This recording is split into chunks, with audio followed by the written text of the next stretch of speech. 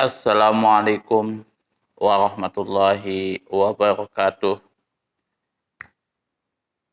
Innal hamdalillahi nahmaduhu wa nasta'inuhu wa nastaghfiruh wa na'udzubillahi min syururi anfusina wa min sayyiati a'malina. May yahdihillahu fala mudilla lahu wa may yudlil fala hadiyalah. Asyhadu an la ilaha illallah wahdahu la syarikalah wa asyhadu anna Muhammadan abduhu wa rasuluh. Rabbi shrah li sadri wa yassir li amri wa hlul 'uqdatam min lisani yafqahu qawli amma ba'du.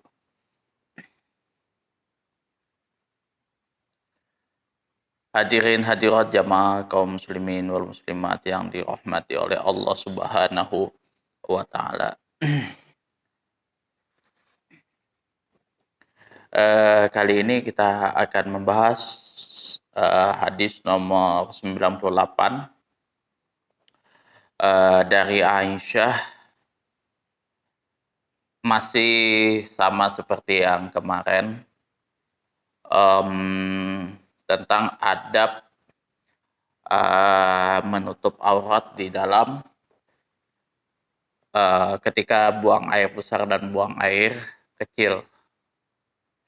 Itu kurang lebih sama yang kayak kemarin di video sebelumnya. Ada berdua-duaan di dalam WC.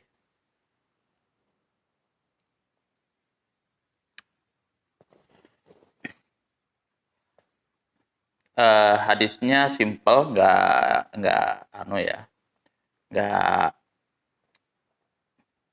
pendek aja, nggak panjang. Wa an Aisyah radhiyallahu anha innan nabiyya qala man atal ghaita falyastatir, rawahu Abu Dawud.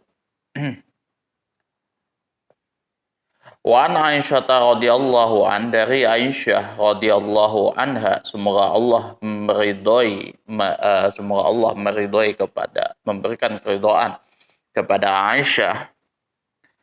Innan nabiyya, sesungguhnya Nabi Sallallahu Alaihi Wasallam, semoga salawat dan salam tercurah atas Rasulullah Sallallahu Alaihi Wasallam, qala, telah bersabda, man atal ghaitah, barang siapa yang hendak buang hajat, falyastatir, maka hendaklah menutup auratnya. Hadis ini diriwayatkan oleh Abu Daud. Di dalam Sunan Abu Daud ini ada hadisnya, adab di dalam menutup diri pada saat buang hajat. Jadi kalau di Sunan Abu Daud itu bab masalah buang air besar dan buang air kecil itu dibahas lebih dahulu. Itu di Sunan Abu Daud. Jadi kalau kitab Sunan Abu Daud, kalau dia berbicara masalah toharoh, tidak seperti halnya kitab Bulughul Maram, masalah air, pembagian air dan lain sebagainya, enggak. Atau misalkan di dalam kitab Fathul Qorib, air ada berapa, kemudian ini enggak. Kalau Sunan Abu Daud itu dimulai dari buang air kecil dan buang air besar. Itu yang tumpuan awal di kitab Sunan Abu Daud. Jadi artinya secara keseluruhan di sini adalah barang siapa yang hendak membuang hajat, buang air besar dan buang air kecil, hendaklah dia menutupi dirinya. Nah, makna keseluruhannya adalah syariat sangat menganjurkan bersikap malu dan menutupi aurat. Dengan demikian, orang yang berakal sehat merasa malu bila auratnya terbuka. Karena itulah aurat dinamakan kemaluan. Dan Allah telah menganugerahkan kita pakaian konkret untuk menutupi aurat.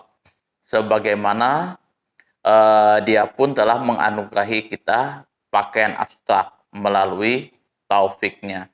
Jadi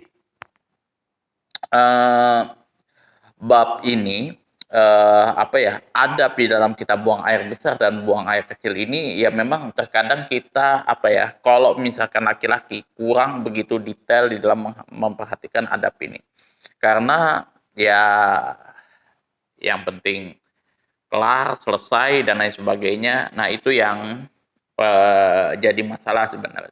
Karena ada hal-hal yang penting di situ. Kalau misalkan kita buang air kecil dan buang air besar, tidak kita perhatikan detail-detailnya, bisa jadi adab kita terhadap Allah Subhanahu wa taala dan rasulnya itu tidak terjaga, kita langgar, atau yang kedua bisa jadi nanti itu bermasalah eh, pada pekerjaan kita selanjutnya, yaitu sholat dan lain sebagainya. Itu yang sering terjadi di kalangan kita. Makanya kitab-kitab Al-Imam Syafi'i itu pasti yang dibahas itu babu toharoh. Kita ambil contoh kitab Safinatun Najah babu toharoh, kemudian kitab Fathul Qorib babu toharoh, kemudian kitab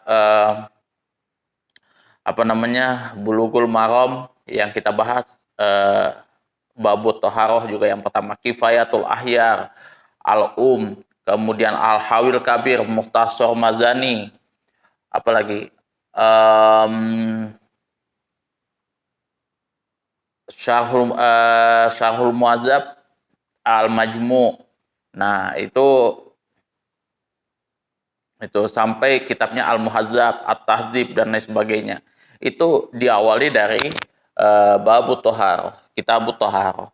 Jadi semua kitab-kitab itu yang saya pernah pelajari itu dimulai dari Babut Tohar. Beda kalau misalkan kitab di madhab lain, kalau yang saya lihat seperti Al-Murni yang di madhab Hambali itu di awal dia langsung bahas babus sholah, kalau tidak salah itu yang saya lihat babus sholah. Nah di situ ada ininya.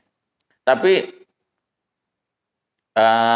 kalau di madhab Syafi'i itu yang dibahas paling awal itu kitab Toharoh, dan semua ulama sepakat bahwa penting aspek toharoh ini ya untuk menjaga kita supaya sholat kita itu tidak terganggu pahalanya, tetap sah seperti itu. Karena toharoh ini nanti berhubungan dengan hal yang paling penting yang ditanyakan oleh Allah pertama kali, yaitu sholat.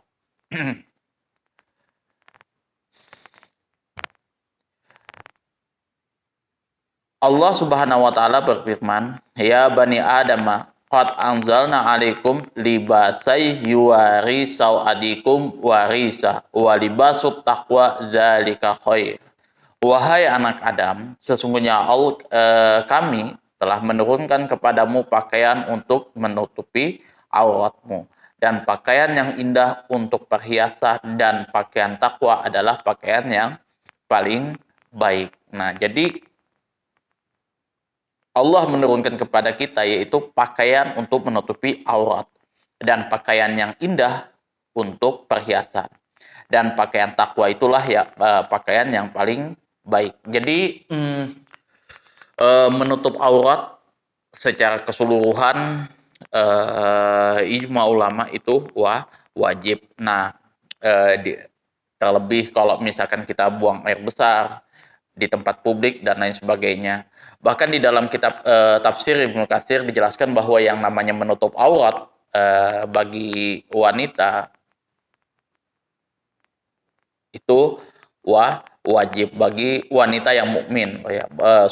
Bagi wanita yang mukmin itu wajib. Fungsinya untuk membedakan mana wanita yang mukmin, mana wanita yang budak, dan wanita jahiliyah dan non muslim lainnya. Jadi seperti itu.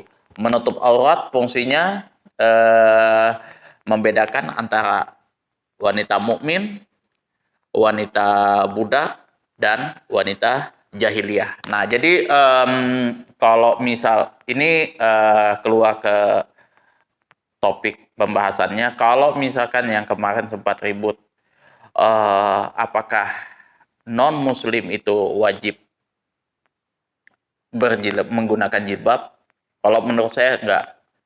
Karena apa? Kalau di dalam kitab tafsir Ibnu Katsir itu jelas yang wajib menutup jilbab, yang wajib menutup aurat, yang menggunakan jilbab itu adalah orang muslim atau muslimah seperti itu ya, mukmin di situ. Karena perbedaannya untuk membedakan di situ dilarang apa seorang budak kemudian seorang budak di situ menggunakan jilbab apa seolah-olah dia mirip dengan wanita mukmin itu dilarang. Jadi ada pembahasannya detailnya di situ. Jadi kalau budak yang sudah menikah, budak yang sudah menikah itu dia kalau tidak salah wajib dia menggunakan kerudung. Jadi kerudung seperti ini.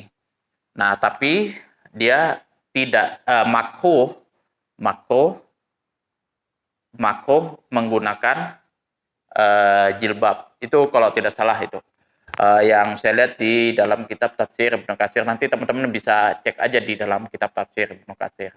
Nah, kalau misalkan wanita budak yang muslim aja dibedakan seperti itu, apatah lagi non muslim. Jadi yang wajib di situ untuk menutup aurat menggunakan jilbab adalah wanita yang mukmin, bukan wanita non muslim.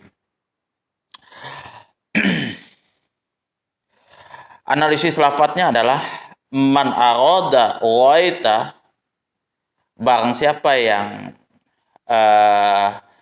hendak buang air besar, hendak menunaikan hajatnya, falyastatir, maka buatlah penutup untuk menghalangi dirinya agar tidak kelihatan oleh orang lain.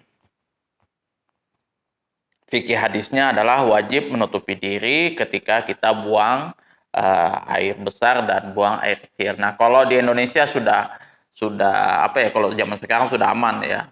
Kalau dulu kan tempat jauh kayak gitu kan, nah nggak ada WC dan lain sebagainya. Nah, kalau sekarang ada kendaraan, kemudian toilet umum pun juga sudah banyak. Jadi ya sangat aneh aja sih kalau misalkan ada yang di tempat terbuka, kecuali memang terjadinya memang jauh dari itu. Kayak contoh Kutai Barat, Samarinda Kutai Barat, Samarinda Tering itu kan kalau perjalanan jarak tempuhnya 7 jam. 7 jam.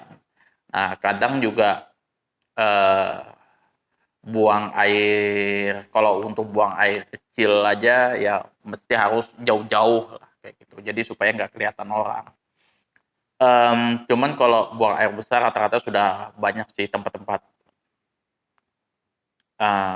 rumah kayak apa musola dan lain sebagainya itu di kampung-kampung kayak gitu. Jadi ya nggak apa ya nggak mengkhawatirkan amat gitu kan.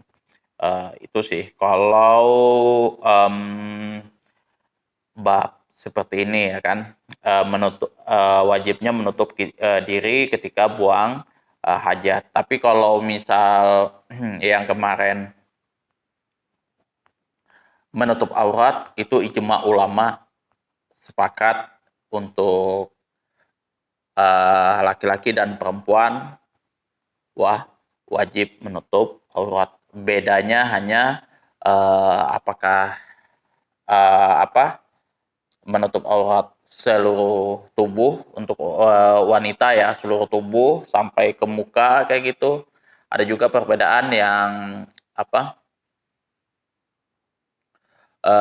yang mengatakan sebagian ulama yang mengatakan bahwa ya hanya wajah dan telapak tangan kayak gitu. Ya macam-macam perbedaan-perbedaan seperti itu. Dan itu sudah saya bahas. Oh iya, sorry. Itu nanti pembahasannya ada di dalam kitab Fathul Qorib, Sitrul Aurah. Nah, nanti itu dibahas di situ. Oke, itu saja yang dapat sampaikan. Kurang dan lebihnya saya mohon maaf yang sebesar-besarnya. Akhirul kalam. Assalamualaikum warahmatullahi wabarakatuh.